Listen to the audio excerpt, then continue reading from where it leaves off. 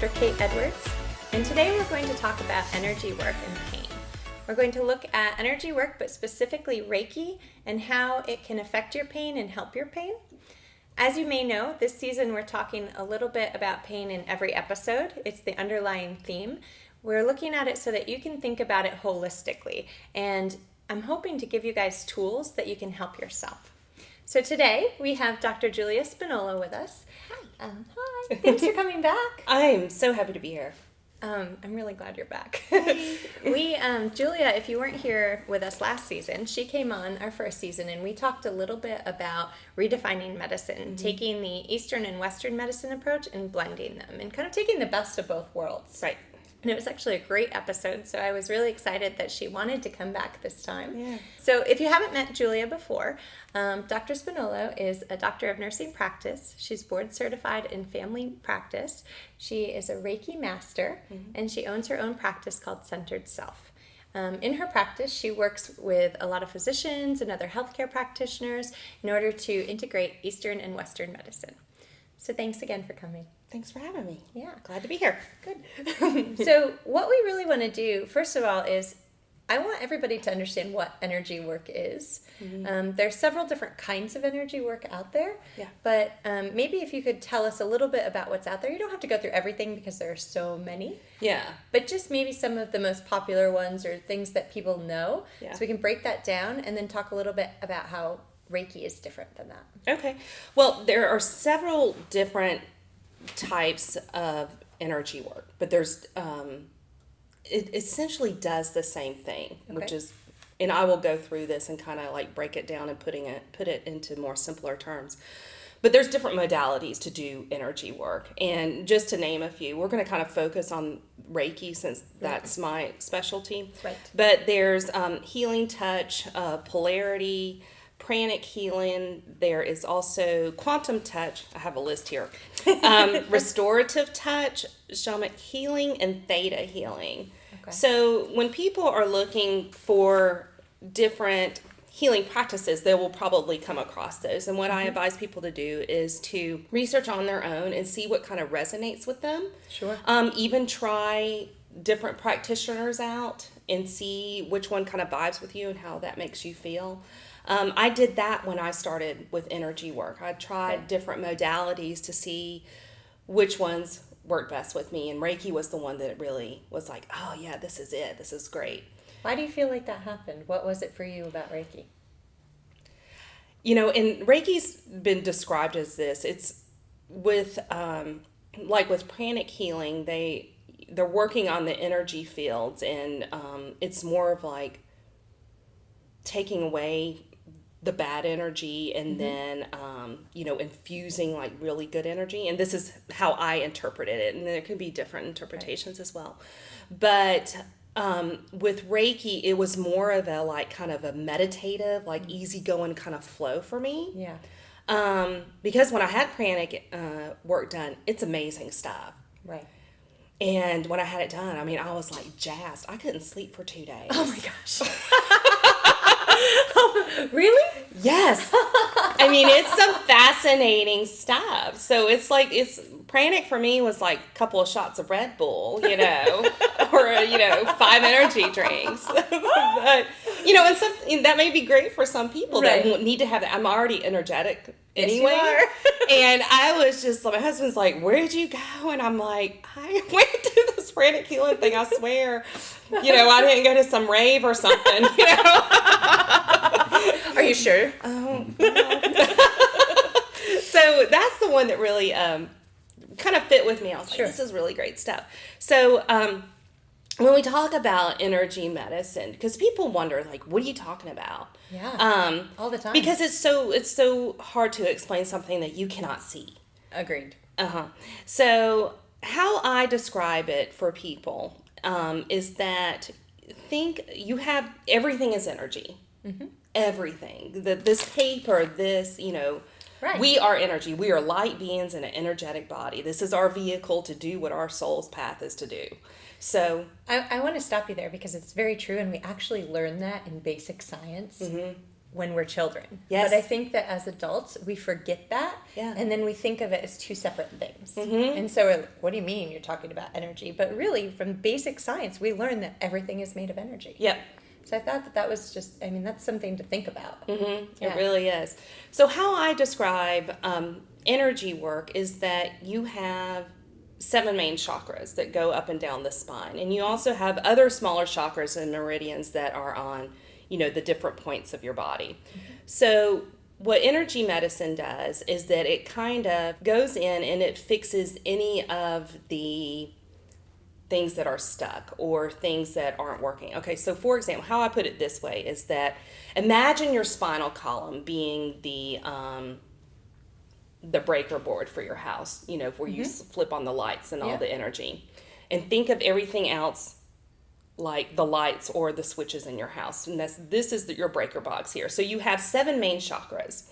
And, we could go into every single one of them, but that would be several more shows. But each of these chakras represent a certain vibration, certain parts of your body, a different energy, different feelings, emotions, that kind of thing. So when something happens with us energetically, you think of, usually it's with trauma, something emotional, stress related.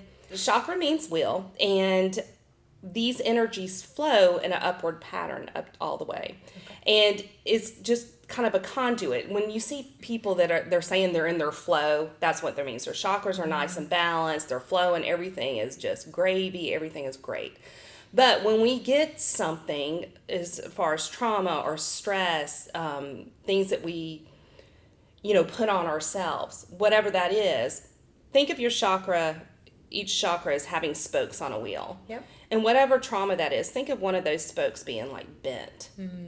And so when it turns, it's not turning, it's not flowing. Okay. If you think of wheels on a clock and how they turn and how they mechanically move, right. If there's a kink in one of those wheels, the clock's not going to be chiming right. Think of it that way. So that's how I put it for people to kind of look at that. So when that is going on, and what's so cool about this is that there are things from our childhood that we hold on to we may not, worry about it every day now. That could be 40 years ago that happened, but that kink is still there, and then it just kind of keeps going. Mm-hmm. And people don't realize that, and all these kinks just kind of keep adding up over time, and then that kind of depletes your energy, or you may start having issues where you have the self-esteem issues, problems with, grounding, of being, assured of yourself, headaches or thinking clearly, whatever. So and those physical things, pain. Absolutely. So I know that you want to focus on pain. So these energetic things can actually get so bad where they do manifest into physical pain. Mm-hmm. So keeping that in mind, because people will say, oh my goodness, I hurt my shoulder, or something happened to my shoulder. I woke up, I must have slept wrong. What's going on? I don't remember an injury to it. Did I hurt myself? People are wondering. I'm like, okay, maybe there's something going on with the heart chakra here. So was there something emotionally? Have you had a lot of losses, in the last several years? What's going on? So it really does pinpoint the pain is related to a lot of things that are going on with us emotionally and mentally and spiritually. Well, it's interesting you say that, because most of you know I have the heart issue. Mm-hmm. Well, my shoulder on the left side actually dislocated for years, over and over again, kept dislocating, and for no apparent reason. Yeah. And, it still happens periodically, I think, when I overload myself and I do too much. But now that things with the heart have kind of calmed down, I've done a lot of energy work, I rarely dislocate my shoulder anymore, which is really interesting. Isn't that really neat how it kind of blends together? Exactly. But also, too, because I was kind of talking with the main wheels of the chakra system, but also you have the meridians that are, kind of branched out. So think of those as your lights. You have your breaker box, you have your lights that are out. So if you were to get a physical injury, because people do get hurt. I mean, and you see this in your practice all the time. They get into an accident, they, have a fall, whatever, and they do have that pain. So people say, well, that's not energy work because you didn't have stress and manifest that pain. Something physically happened to you and you have that pain. But you look at the pain. So example, you broke your arm. Right. You fall and you broke your arm or whatever. People are thinking, okay, well, how can energy medicine work for that pain? Right. Well, if you go in with either Reiki, acupressure, or one of the other healing energy modalities, they can focus on that. So they can kind of energetically feel and say, okay, get those meridians, getting that light bulb working again, get that energy going, and then it kind of feeds back into here. But also, too, if you're working on that, that's going to feed into here, too. The energy is going to, if you got a kink in there, it's going to work those kinks out. Does that make sense? Well, it does, because in my practice as a physical therapist, looking at the physical body, if you have hurt this, but say it's broke or has, you have a fracture or something like that, I might work on the shoulder, I might work on the neck, I might work on some other part of your body in order to help this heal. Right. So it's the same idea. It sure is. Yeah. But it's just a different modality. Yes, because it is, because you are getting those electrical impulses down there and healing that and making it come back. Yeah. So it is so neat to see that. But so that essentially is what energy medicine does. Okay. That it focuses on those things. It restores those energetic patterns where you have everything flowing and feeling good. So specifically, what is Reiki then? So it's energy work. Is it just exactly how you've described it, or is there something? Would you define it slightly differently than like pranic work?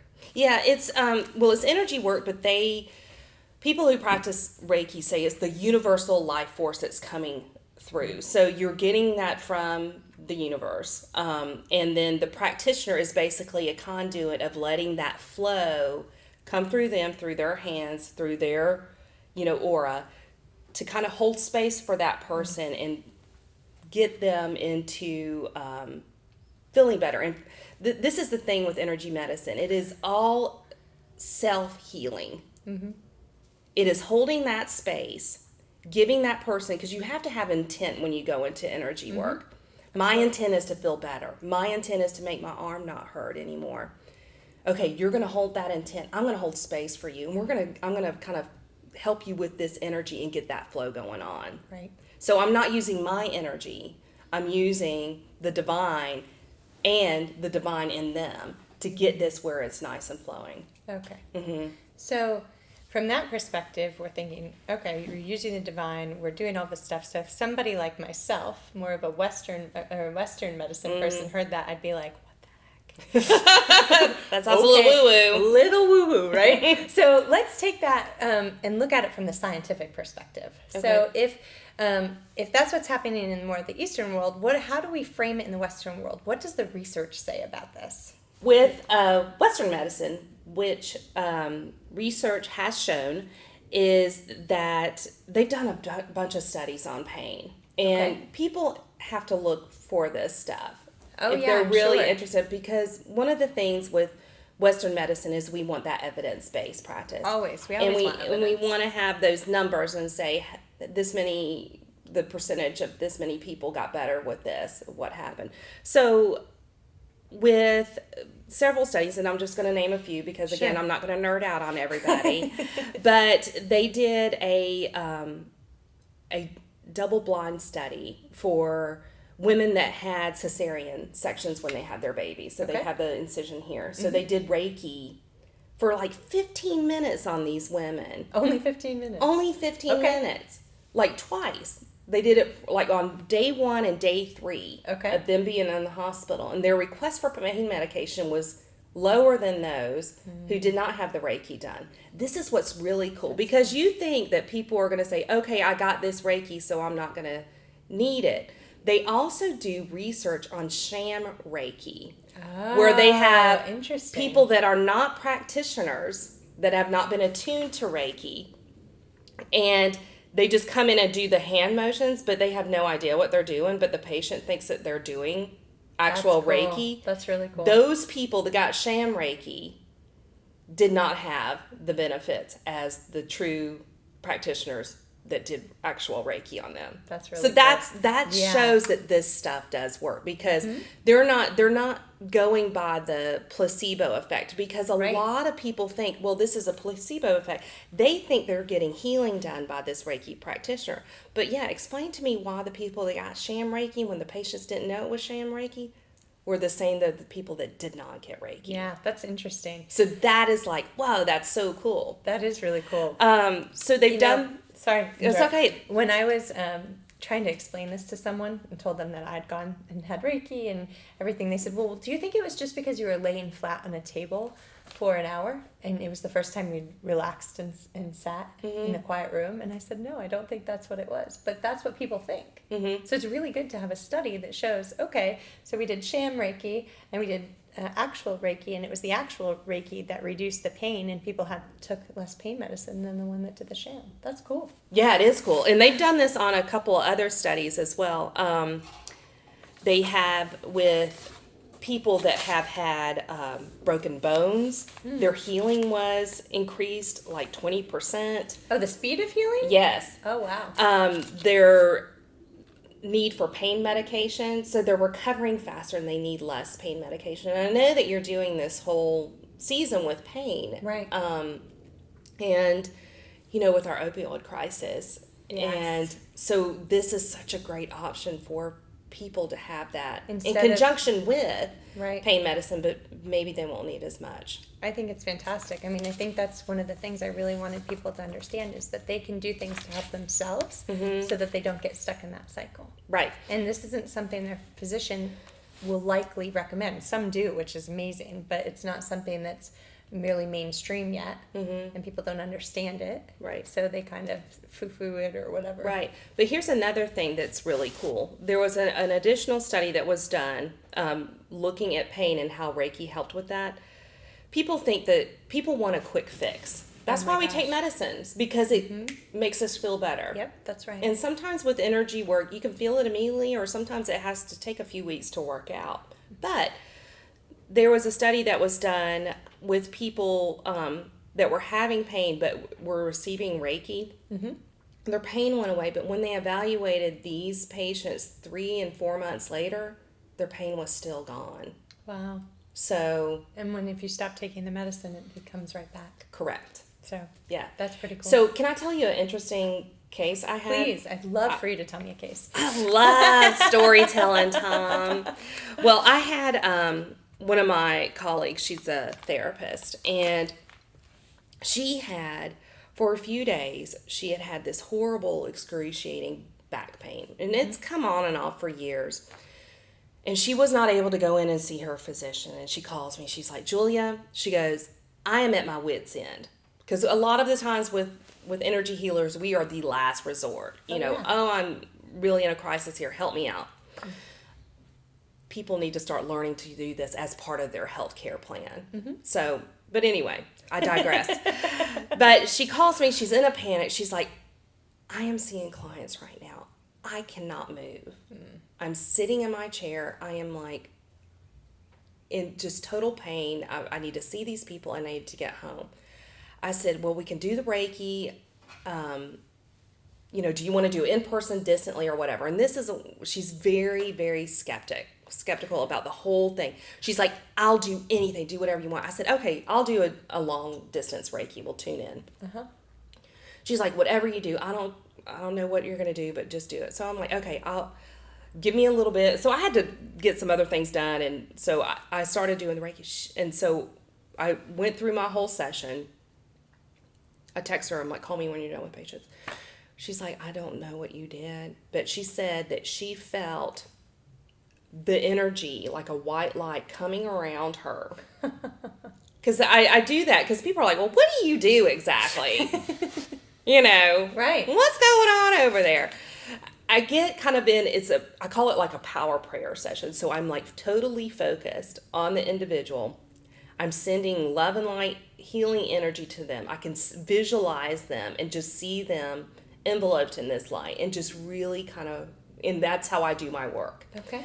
So she says, oh my God, I felt this warmth, and she was able to get out of her chair. She goes, I can't believe this. She was able to get out of her chair, drive home. She felt great. She took like 1 or 2 pain meds just because she didn't know if it would come back. She has not had pain since. I'm like, this stuff is so freaking cool, y'all. It's so How cool is that? No, it's really cool. I mean, so it's really cool. It's stuff like that is like, for me with my training, it's almost impossible to think of. It's And you mind-blowing. see it every single time I work with somebody. I'm amazed. Yeah. That's what's so fun about this work. It is really fun, and I've had it now quite a bit, but every time I'm shocked that it works. Mm-hmm. You know what I mean? I'll go in and I'll say, this is what my intention is, and I really want to think more clearly, or I feel really run down and I need help with that. Whatever it is, my intention, and it works, and I walk out and I think, what the heck? What am I doing? Like, I laid on a table and some stuff happened. Uh-huh. I felt some warmth And some tingling, and my legs jumped. And I jumped a little on the table, or a lot sometimes. Uh-huh. And now I feel better. This is like very strange. Mm-hmm. Very strange. Yeah. Well, that's cool. It's nice to have people that don't believe in that type of thing have really good results, and then be able to say, well, actually, we've had papers about this, and this is why it works. Mm-hmm. So tell me a little bit. So you just gave us a good idea of what you would do for distance healing. Yeah. What does a Reiki session look like if you were to come in and see you? Okay. So if a lot of times they'll sit there and they'll surf on my website because I don't know who it is, but you can tell how many hits you get or page views or whatever. And I'm like, somebody's surfing because you can see if they read the testimonies or whatever. I'm like, somebody's about to call me because they've been surfing. And they have to think about this stuff they're like, kind of like, hey, I heard you do this thing. And I've never done anything like this before. So I've been kind of looking. I'm like, just come on in and see. It's like picking up a girl at a bar. They're like, I'm like, I don't need to be your dirty little secret. I'm going to help you. Exactly. So, sorry, I couldn't help trust, I will help you. But so they'll look and they're like, because they're unsure, and there's not like commercials of 4 out of 5 dentists say that you should use a toothpaste. I mean, there's nothing like that says that with Reiki. Not yet, anyway. But so maybe we can make that commercial. We should. Oh my God, I'm so on that. Yes, totally. Coming soon. Yes. But so they're just kind of like surfing around and like, just come on in, we'll see, just try it. Okay. Let's just try it. It's non-invasive. There's been studies where it shows that it does no harm to a person. You're taking an hour of your time, and people, they get in that space where they kind of like zen out and they do fall asleep. So, but so when somebody comes to see me, I explain to them kind of what I told you about with the wheels and how things kind of like we hold on to these things that we don't realize that we hold on to, and then they manifest in the physical form. Or they come in with the injury, and then I explain to them how the energy work helps with the facilitate the healing process for them. So the thing is that we are the conduits of this energy for people to do their own self-healing. Right. I'm just kind of helping them out with this. But it's really to each individual, they're doing it themselves. That's so cool. Yeah. So when they come in, I explain to them what I do. And different Reiki practitioners have different ways of measuring energy or how they go about their process.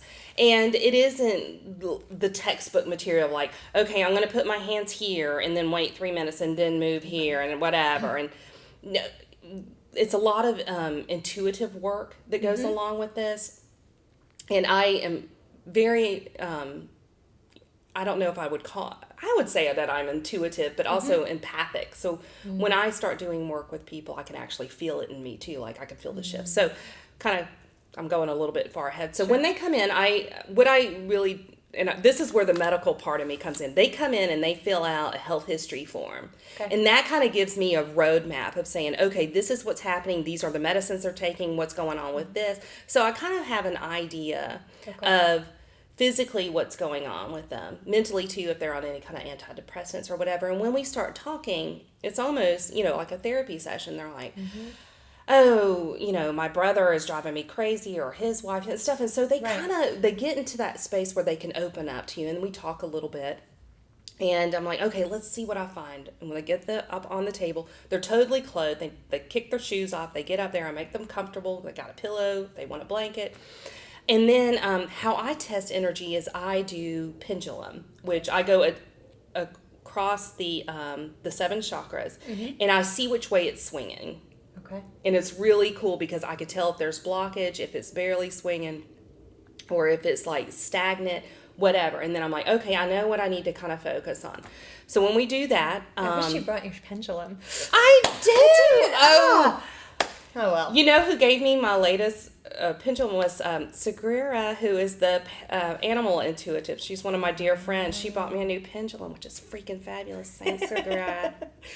So, yeah, that it's just you work with them, and I have really good success of seeing what is open, what's closed, what needs to be worked on. So when we do that, we kind of just get into working with their intent. What is your intent for this? And they go back to that intent as they're laying on the table, because we get our monkey mind going like, oh, I got to do the dishes, and okay, let's refocus. Yes. Let's get back. So what I tell them, I said, if you find your mind wandering, go back to that intent. I want to feel good. I do feel good. I want to feel better. My relationships are abundant and fulfilling and, harmonious, whatever their word is. So we do that, and what I tell the clients is like, if you want to watch me, watch me. If you want to ask me questions, ask me questions. If you want to lie there, be quiet, that's fine. Because some people, they'll get on the table and they look like corpses. They're like this, and they're like, what's she doing now? I would be like this. Uh-huh. What are you putting on my feet? They feel warm. Yeah. Hey, are you touching me? So it's funny. So I start working, and I kind of go down, but I kind of just feel. And somebody described it as, she goes, you look like a DJ without the records. Because I'm like, no. But I am. I'm like spinning, and I'm feeling. I'm like, what's going on here? She's like, it's kind of like the slow-mo DJ, Yeah. So I'm feeling this stuff, and I'm working, clearing those blockages out and getting these chakras in aligned and balanced. And it's so funny because they'll be quiet, and then all of a sudden they'll be like, they're like, did you touch me? I'm like, no. They're like, oh my God, I could feel that. There was one, I was right above here with the solar plexus. She goes, I feel like it's stirring in my body. It's so cool. So cool. So I do that. I work all the way down, and then I go back and I test the chakras again with my pendulum. Once they're all clear and everything, if there's something that they need a little bit more work done, I do a little bit of aromatherapy, and I kind of where they are, if it's stress relief, pain relief, that kind of stuff, I kind of gauge. I have different blends that I use. Do a little bit of aromatherapy, and then they have some water. I go wash my hands, and we come back and we talk about the experience. And what I do with my clients is I always give them homework. I was going to ask because I wondered how they could continue to help themselves at Yes, home. because that is the key. It is all about self-healing. And we cannot go to any practitioner, whether it be a Western trained doctor, or Eastern trained doctor, energy healer, or whatever, and expect people to fix our problems. We got to do the work ourselves. Can you stop and say that one more time? Because Yes. I think that is so important. Yeah. We cannot go to any practitioner, regardless of what background they are, and have someone else fix us. It is with you. You fix yourself. And these people That's are the right. facilitators right. for your self-healing. I have that same discussion with the people that come in for physical therapy, and I give them homework, and I often say, I'm only with you an hour a week. Yeah. You can't expect that to make you feel better. You have to go home, you have to participate, you have to be part of this Right. in order to get better. And that is a huge key component in actually healing, when there's so many people that would rather not do the work and just have you put your hands on them. Or pop a pill every 4 hours too. Exactly. And I'm not dissing medicine. I think medicine is Okay. wonderful. But you're taking that medicine, but what are you doing to help with your self-healing? And how are you going to come off of that at some point? Exactly. That's what I like to say. Even, this is not medicine, but even people who come in with orthotics, I think, okay, so let's get those orthotics out of your shoes. Let's train your body, get you stronger so you no longer need them. So it's all about doing everything that you can yourself to make yourself better. Right. Yeah. I think cool. we're facilitators of this information, but motivators too, to say you can do this. Be your cheerleader, and then also be the coach and say, hey, these are the things you need to do to get better. Because a lot of people have no idea. Yeah. And that's where we come in. Yep. Oh, well, that's great. Yep. I love that. That was a perfect point. That was a perfect Thank way you. to end. Yeah. I love it, Julia. Yeah. So I give them that homework and I say, feel free to follow up with me. Send me an email. Let me know how you're doing, and I'll check on them in a couple of months. And it's really cool to hear back, and they're like, oh my God, these shifts in energy, this is wonderful. Because sometimes you hear back from people and sometimes you don't. Right. But I always say, no news is good news. So I just assume that everybody's doing great and rocking and rolling right along. And if they need to come back and see me, they do. And that's another question they have. How many times, they're so focused, they're like, okay, when's my next appointment with you? I'm like, you're going to tell me when your next appointment is. When you feel like you need it. Yeah. Exactly. Because that's you working on yourself. If you need me to come in and help with that and give you some more homework to do or refocus and realign, come back in. That's really great. Mm-hmm. Well, thank you, Julia. Thanks. I really appreciate you coming back again. Yeah, I'm happy to be here. Thank you. And if you guys want to get in touch with Julia, you can go to centeredself.com and you can see what she's doing, maybe get an appointment with her, see what you can, how she can help you. If you want physical therapy, you could go to precisionpt.com. That's where I am in my practice. But thank you so much for listening and watching. I'm glad you're here. As always, please leave comments. I want to know what you think, what we could do better. And then that way we can just keep getting well together. Thanks.